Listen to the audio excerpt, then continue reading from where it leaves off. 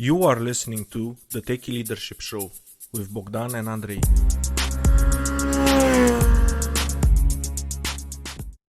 Hello and welcome to the Techie Leadership Show. Today with me I have Karl Marka.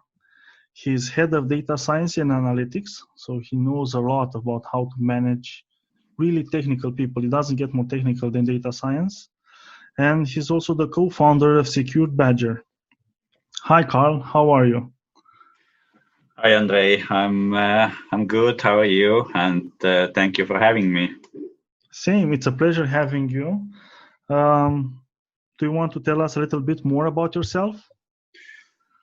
Well, I was born in Tallinn, Estonia. At the same year, the Berlin Wall fell and Ceausescu was deposed in Romania. Born of the democracy in the East.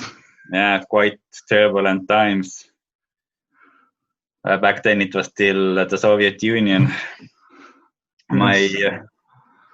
My from educational background is actually in bioinformatics and biological sciences.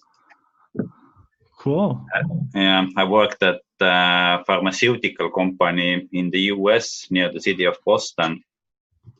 But in 2016, because I got fed up with biological sciences or science, maybe science overall, it's science is a very slow process. If you want to see results quickly, then science is not for you. And that's what I discovered about myself. So in 2016, I returned to Estonia and I started working at an international lending company as their head of data science. The name of the lending company is Credit Star. I know they were active in Romania as well before I joined, but they closed down the business there. Oh, okay. I haven't heard about Credit Star. Yeah, they were there only for a few years. Didn't work out. Currently, I work at an international credit bureau services provider, Credit Info, as you mentioned in the introduction. And aside from that, again, as you mentioned, I'm also a co-founder in a startup. We're actually three co-founders. Okay. And we're providing a unique financial product, rental contract factoring. Whoa. And we're almost at the end of our first investment round. So hopefully, probably at the end of this year, in the fall this year, I won't be working for anyone else for a while. So just no be 9 to 5. For yourself. Yeah, just for myself and the investors. Okay. And it sounds like you're truly disrupting that marketplace. It's something really new and innovative. I haven't heard about this concept yet. And I hope you take it global. Yeah. I mean, Romania is a lucrative market for us as well. We're actually aiming more at Eastern Europe rather than Western Europe. Okay. I mean, it's an interesting example or story I have from a few years ago when a German company tried to recruit me as it was a lending company, and they wanted to hire me as the head of data science. It didn't take off eventually, but they told me an interesting thing about their business. It's a German company. Most of the headquarters and most of the employees are in Germany, but they said they don't do any business in Germany. Most of business in Germany? Yeah, most of the business is in Poland, in the Balkans. That's where the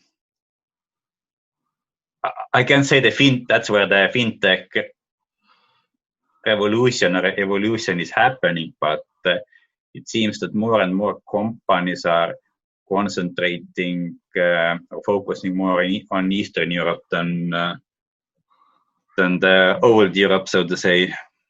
Interesting.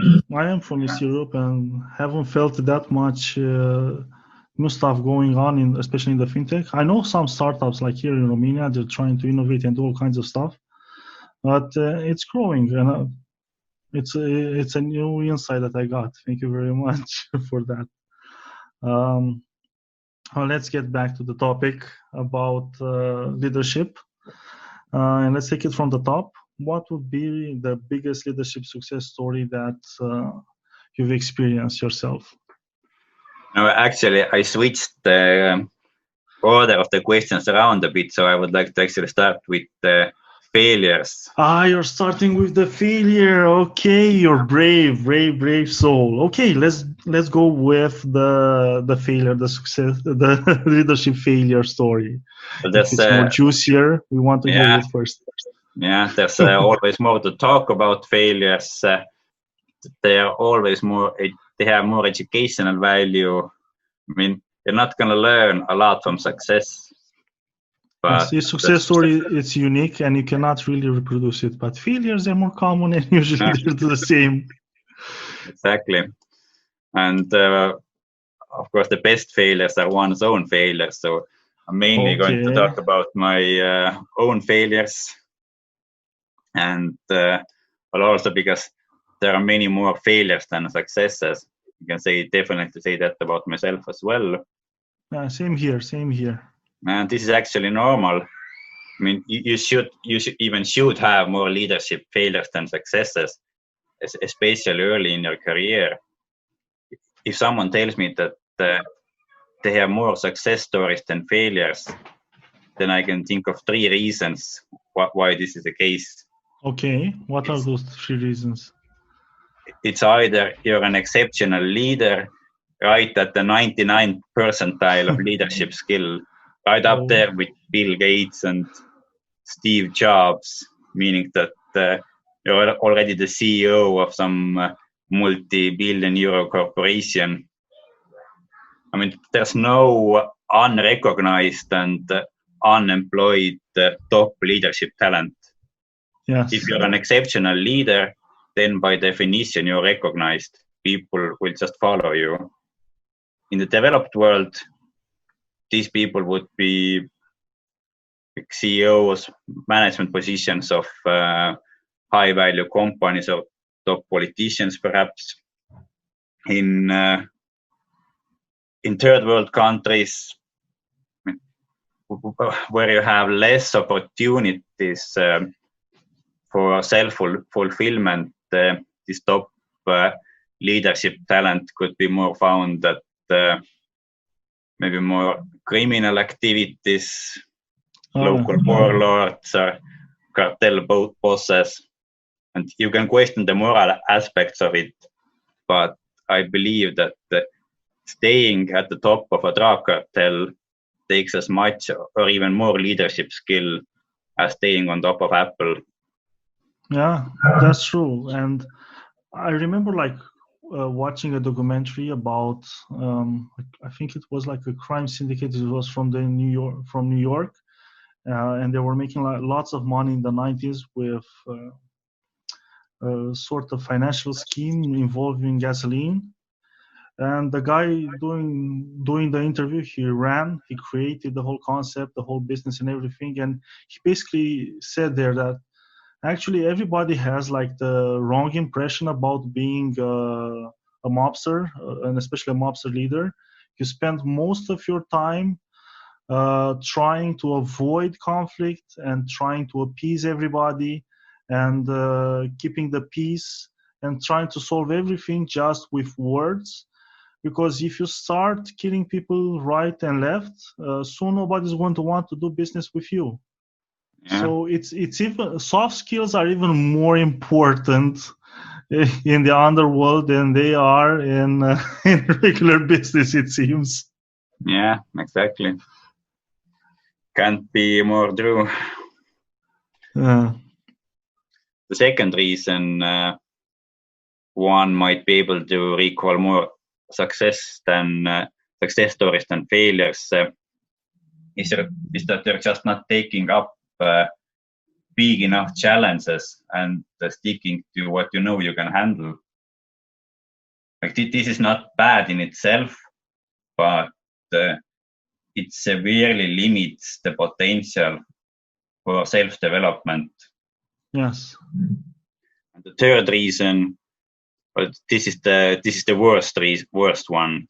It's be that you're just not self-critical. You're not self-critical enough to recognize your failures as actual failures. And this is probably the biggest and most common failure of leadership overall. Not being self-critical enough, not recognizing one's failures as actual failures, meaning not learning anything from it. Yeah, it's important to be able to look in the mirror and see yourself as you are and realize like, okay, I did that wrong. I learned this. Next time I'm going to do better. It's important to have the next time I'm going to do better and not just beat on yourself and then never try to tackle some big project or go after a big goal, because that's not the idea. The idea is for you to become better as time goes on and learn from all your experience. And as you said it, we're going to have more bad more failures than successes, so it's best we learn from them because we're going to progress even faster that way. Yeah. And do you have a story that ties together all these 3 points? Yeah, I'll get back to the original question. So I'm not gonna be listing out all of my leadership failures, and there are many. I guess this in itself is already a bit of a failure that I haven't kept proper track of these and not made proper analysis. And anyway, the one thing that I still think about occasionally and try to get my head around happened a few years ago in 2017 when back when I was working for my previous employer at Credit Star. I had recruited one person into my team, an analyst. Actually, he was the very first hiring decision that I had ever made in my life. It was my first managerial position. He was my first hire ever. And well, things were fine in the beginning for a few months, but started coming in later and later to work. I'm like 11, 12 o'clock during the day. To lunch. I'm like, yeah, they came in around lunchtime and well, still left at 5. And also the quality, it would have been fine, but if he had managed to deliver the things he was supposed to deliver on by the deadline. I mean, I don't care when a person comes to work or leaves as soon as they get things done, but it wasn't the case anymore. The quality of his work deteriorated, and eventually he demanded salary increase and threatened to go to court on some made-up charges of discrimination. No. Yeah, we ended up firing him. So there it was, my first ever recruitment decision. Was subpar work for several months. Eventual conflict. Eventually had to fire him.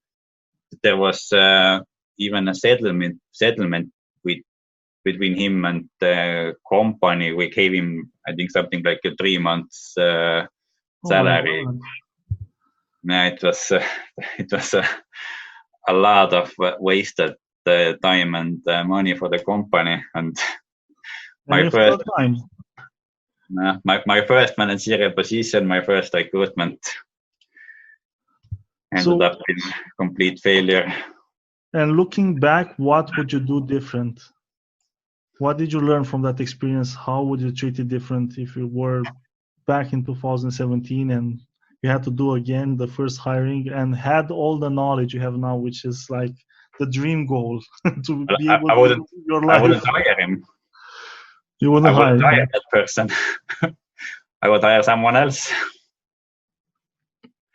I still haven't been able to figure out what went so wrong, or were there any red flags in the beginning that I missed? It's still trying to analyze it many years later. But there have been many more failures after that as well, but none of them have been so drastic. Most it's cases where I have, for example, underestimated the complexity of development projects that I like, the ones that I feel motivated about and that seem interesting. I have severely underestimated the effort. In other cases, overestimated if I don't really like the project. Oh, I know that feeling. Yeah. There's also cases where I haven't paid much attention to my team members who seem to have been doing fine on their own, but have actually expected more involvement from me. And then the list goes on. Well, but I for sure you learn from it and you're becoming better at it as you're moving forward. That's the goal. Yeah, just from the fact that you didn't have like another experience like your first hire, it means that somewhere in your subconscious you learn how to sniff them out and avoid that situation. Even consciously, like when I'm doing job interviews now, I'm a lot more skeptical about the candidates than I was back then. Back then, during my first hires, I focused only on the technical ability of the person. Like I tested them thoroughly for their technical competences. Okay. But I've learned to put more focus on, as I said, soft skills. To try to ask questions about what was the relationship with their previous manager, and try to get them to reveal some unintentional red flags. Yeah, that's important, and it's something that it's fairly missed. Always like I need. Most companies, especially in the technical field, they're like, we just have to have the best developer possible, the best technical guy, and it's something to strive for. But all the technical tests do not tell you about if that person is going to fit into your company culture, and more important is if it's going to fit inside the team that he's going to work with. And that actually drives the productivity of that person, because he might be able to do amazing things like at home or for hobbies, or he did amazing things for previous employers. But for your company, in your team, if it's not the right fit, he will not do the work. He will not be able to do, because he will not enjoy it. He will not feel like it's something that he should be doing.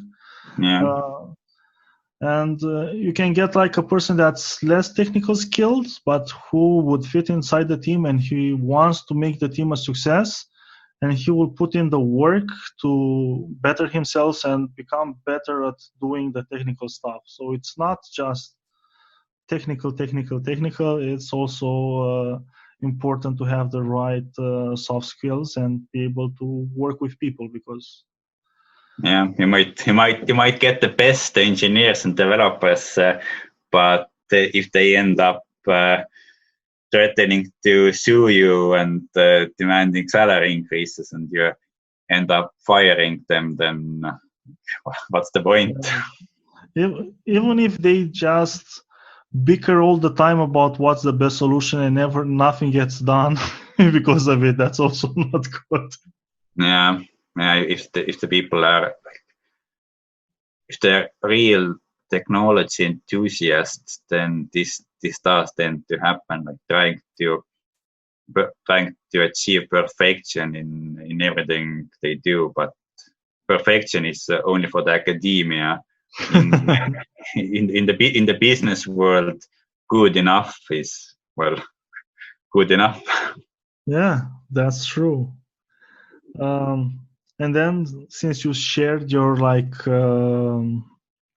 leadership fail story, what would be like a leadership success story that you have?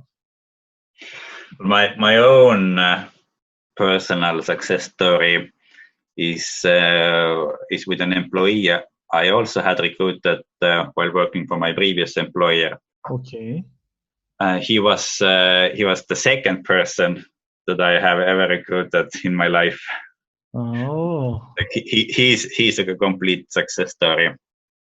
See, you learn so fast. Like one trial, like the worst, and the second one was the best. Yeah. Well, I can't say exactly that I learned from that they were recruited pretty much at the same time, so I can't say that I actually learned. It was it started out as pure luck, but I definitely learned a lot from that. He started out as just an intern. He was like very junior, very young. I think he was like 20 or 21. Okay. When he started, and but he was very hardworking, very motivated. That was, I think, it partially contributed to this conflict that we had with this other analyst, in that he probably felt threatened by this junior guy coming in, being so good at his work and getting all the more challenging tasks and getting all the recognition. But I mean, well, he didn't get. I tried to recognize both of them, but I mean, it's just the way it is. If you have 2 employees and one of them is doing an exceptional work, then they're gonna get recognized more. And it's very hard to balance this kind of situation. So yeah, he was an exceptional employee, and well, eventually the time came for me to leave the previous employer. I had received a very attractive offer from my current employer, Credit Info. I also felt that I had built up a good team and robust processes, and there just wasn't much left for me to do. And it was only enjoying the fruits of my work. I could delegate pretty much. I could delegate pretty much everything that had to be done, and I could delegate to people who were more competent than me at any particular task. So it was definitely time to move on. And before announcing my departure to my direct manager, I had a long chat with this analyst. By then, he was the most senior analyst in my team. And I had a long chat with him, tried to convince him to take up my position when I leave. Yeah, eventually. Well, I could see that he didn't want me to leave. We made a really good team. That's good. But eventually, I told him half jokingly that, look, you have no choice. I'm leaving anyway. and the only person who can keep things moving in the same positive direction is you. I just threw him in the cold water right there. Oh. But and did you keep in touch with him? Did he manage to take up the mantle, and was he a success in your position? Yeah, I don't regret any of it. He's still there. He's doing spectacular work as the new head of data science. We still keep in touch. We even published a scientific paper together. So he's really thriving.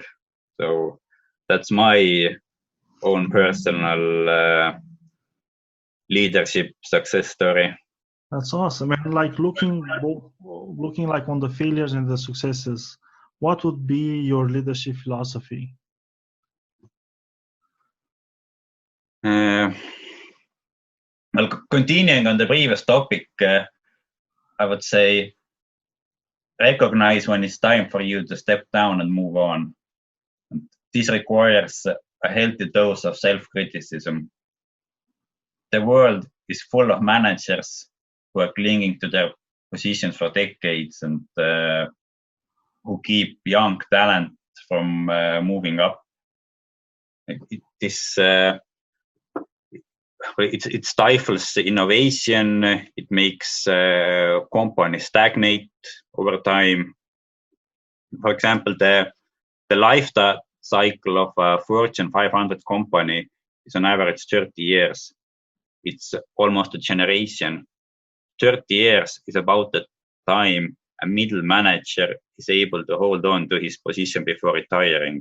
So when they start around 35, they stick to the same position for 30 years until they retire at 65.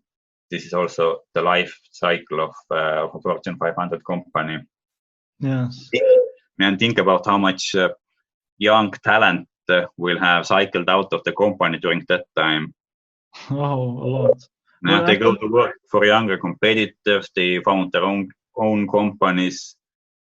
The old company with their long-time manager, it's just stagnates, dies as talent trickles out. And I would recommend to any company to limit their managerial positions to no more than 5 years. We have elections. We switch out the old government roughly every 5 years or so. So why not the same for companies? Awesome idea.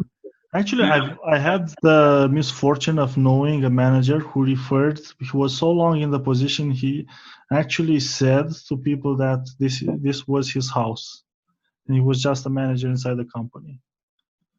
But he felt like he was going to die in that position. There are a lot of managers like this out there. It's not uncommon. I believe anyone who has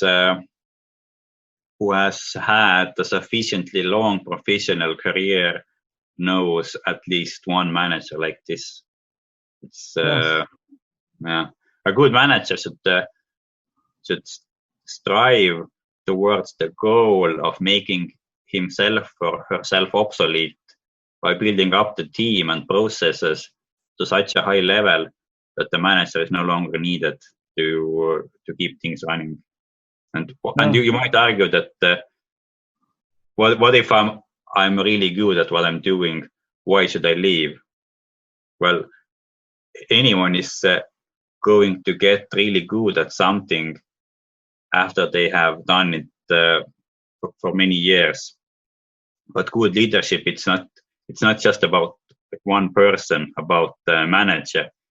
It also requires a good team, and you owe it to your team to give someone among them a chance. There's always going to be someone who's better than you at doing what you're doing right now. You also owe it to the company to give them a chance to find that someone who's even better than you at doing what you're doing right now. You owe it to the society to spread your skills and knowledge, because but that's how our society advances, by people moving from by good, skilled, knowledgeable people moving from one place to another and spreading their skills and knowledge this way. And most importantly, you owe it to yourself to give yourself an opportunity to go out there and learn new things. Well, my mind is blown. You're the kind of leader that I try to be, and I aspire towards. And the ideal is to set up the whole system so everybody can do their work and help them grow. And then it's not about how much time they spend, physical time they spend, do they get their job done or not. And also making sure, hey, if you're good as a leader and you built the team and you think you did it, it wasn't just luck, you can go to another company, take another position and build another team. If you're not confident on your skill set, then you're going to play all kinds of power games and try to maintain your power and keep your position and fight for it like it's life and death. Yeah, I can give you my opinion where I think the best leaders actually come from, or sure, how I believe the best leaders are born. And I think actually they come from being the underdogs, the unexpected heroes who pick up the slack when there's nobody else left to pick it up. They're hardworking, humble specialists without any managerial ambitions, who don't think about becoming a manager, but who are thrown into the leadership roles just due to necessity, and who then end up acing it. Well, not all of them actually are able to ace it. But the one most of them actually can't. But the few who succeed, they are the real leadership success stories. I have one other personal experience from that as well. My girlfriend became the head of credit risk at Estonia's third biggest bank. Okay, sounds good. She started out as a credit risk analyst, but her previous manager was let go for various reasons, and there was just nobody to fill the position. Okay. She was offered the position. She was very reluctant in the beginning. Even I had to convince her to take the opportunity, and I wasn't the only one trying to convince her. Many people convinced her. She eventually took the position. She still has doubts. Like sometimes she's saying that when I have the chance, then I'll go back to. I'm thinking of going back to the specialist position, but I think she's doing really good at it. And if she persists, then she can be the next leadership success story. The unexpected hero rising up to the challenge. And for sure, she's going to succeed. It's like the movie Rocky. Yes. The unexpected hero, the underdog. You just have to go through it's always a little painful. Actually, it's really painful to grow because you have to do new stuff. You have to learn new skills. It's not. And if you're willing to go through that pain, you're going to become a leader. Maybe not the greatest leader ever, but a decent, good leader that people would respect. that's all it takes. Like the world needs more decent leaders. Yeah, Not exceptional leaders. I mean, this is statistically the chances of becoming a great leader, it's so low, but much higher percentage of people have the probability to make a decent leader. Like I consider myself as one of those average, decent leaders. And we need more of you. Yeah.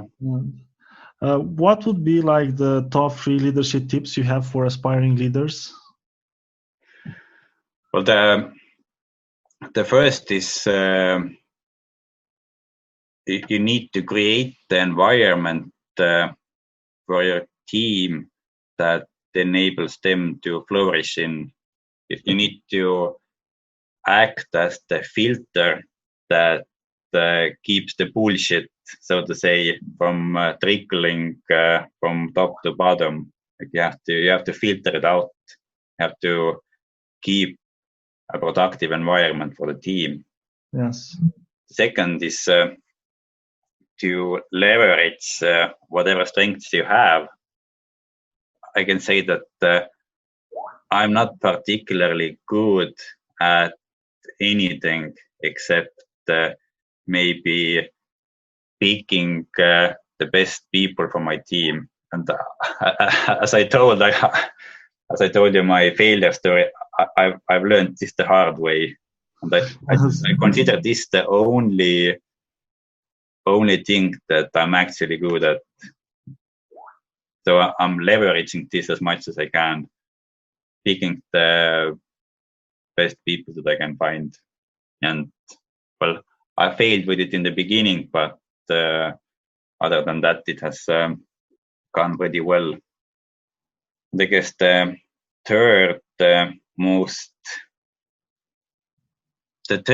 suggestion, which is going to be probably the hardest to implement, is to seek out the leadership opportunities where people follow you for motivations other than money, because money is a very strong motivator, and good salary can mask many deficiencies in leadership.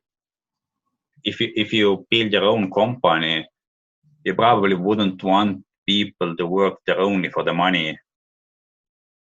But in many teams that I have encountered, I suspect that money is the main motivator that's keeping the people there. Not good leadership, not a feeling of fulfillment. It's just money. My own first leadership experience role was actually in the military. So in Estonia we have conscription, and I guess you have that in Romania as well. We used to have it. My generation was the first one where we didn't have to go and do the army. No, that's. So I escaped by. That's a shame, actually. It's actually a shame. Yes, I actually regret it. I thought for a period I thought about maybe I should go do like the when I was younger, want to grow into the army and. It's not the same. It's not the same if it's conscription is a very unique institution. It's not very discriminating in who to take in. It's fairly universal. It's like a cutout of the entire society. When I was serving my time, I got assigned to squad leader training along with many other 20-year-olds, and being a squad leader for conscripts, many of whom would rather be anywhere else than in the military. That's a unique thing about conscription. Most people who are conscripted, most men who are conscripted would rather be anywhere else than in the military. And if you have those kinds of people in your team, I mean, they would do anything to avoid hard work. They would fake injuries and illness. They would do the bare minimum, not even the bare minimum that's required of them. And the kind of people you see in a conscript army, it's as I said, it's like a reflection of the entire society. Yes. And I had some guys in my squad who couldn't add up how many cartridges they would need for 3 magazines if each magazine contains 35 cartridges. But they couldn't add up, or they couldn't tell where is south when I pointed them the direction of north. They couldn't infer the direction of south. Yeah, well, that's a hard leadership position to have. Yeah, well, somehow I wasn't particularly good at it, but somehow, well, most of us weren't. I guess there were a few not exceptional cases, but a few who actually liked it and were fairly capable and who stayed on in the military. But I wasn't particularly good at it, but at least I survived. And I think I came back as a better person from it. Yeah. I'm still a volunteer. I'm still a squad leader in the volunteer Estonian National Guard, but not a very active member. But hopefully we're not gonna need it. Yeah. Maybe. Anyway, yeah. So the third and most hardest to implement suggestion: seek out leadership opportunities where money is not the main motivating factor.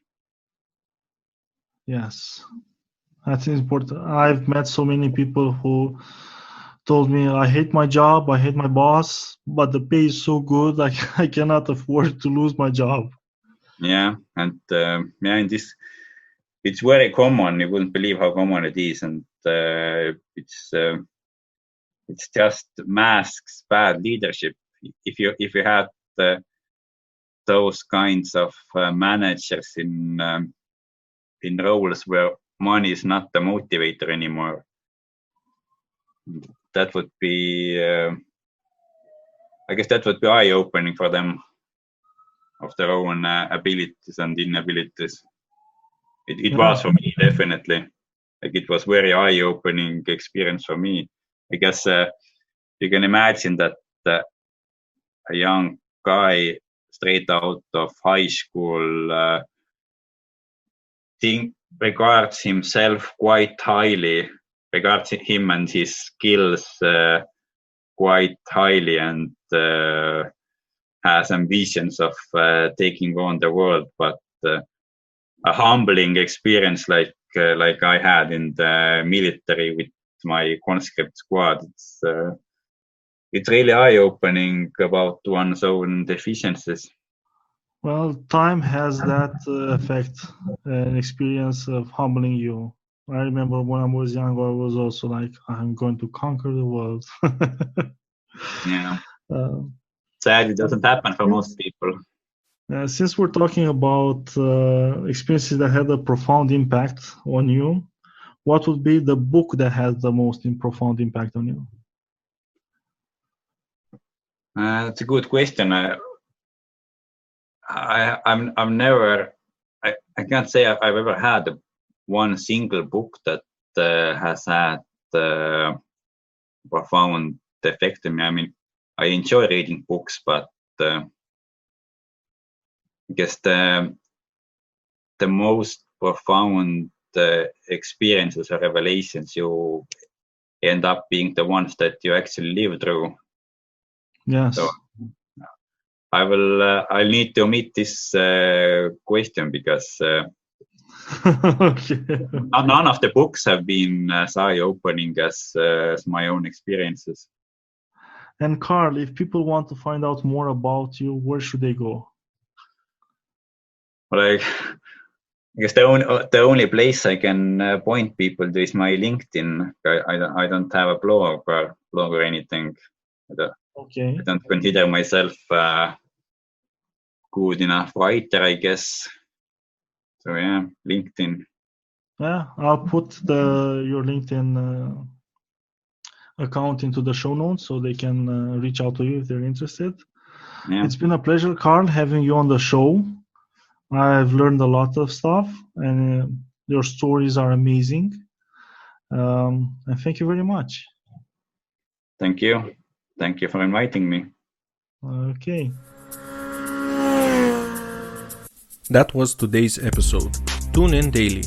Rate, like, subscribe, and share, please. Oh, you can find further info and materials in the show notes on techyleadership.com, including links to the guest book recommendations.